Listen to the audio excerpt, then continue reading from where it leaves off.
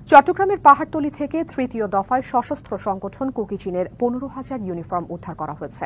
সকালে অভিযান চালিয়ে পোশাকগুলো উদ্ধার করে পুলিশ। এ নিয়ে ৩ দফায় ৪৭,০০০ ইউনিফর্ম উদ্ধার করা হলো। এর আগে চট্টগ্রামের নয়াহাট এলাকায় রিংবো অ্যাপারেলস পোশাক কারখানা থেকে কেএনএফ-এর ২০,৩০০টি ইউনিফর্ম জব্দ করা হয়।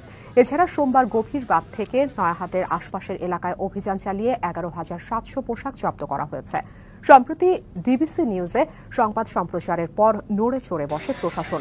বান্দরবানে ২০২২ সাল থেকে সশস্ত্র সংগঠন শুরু করে কেএনএফ।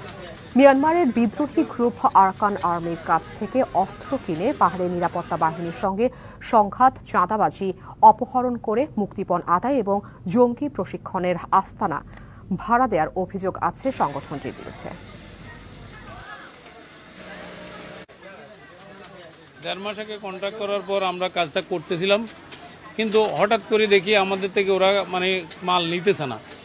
আমরা মাল বানাইলাম, কিন্তু ওরা আমাদের থেকে কাজ নিতেছে না এবং আমাদের কোনো টাকাও দিতেছে না। টোটাল অর্ডারটা ছিল অনেক বেশি দিবে, ওরা আমার বলছে ২০-২২ হাজার পিস দিবে, কিন্তু এখানে আলটিমেটলি আমরা ১৫ থেকে ১৫,৫০ আসলে এখন কত অ্যাকচুয়াল, যেহেতু মাল কমপ্লিট করতে পারিনি সেহেতু পুরোটা গুনতে পারিনি।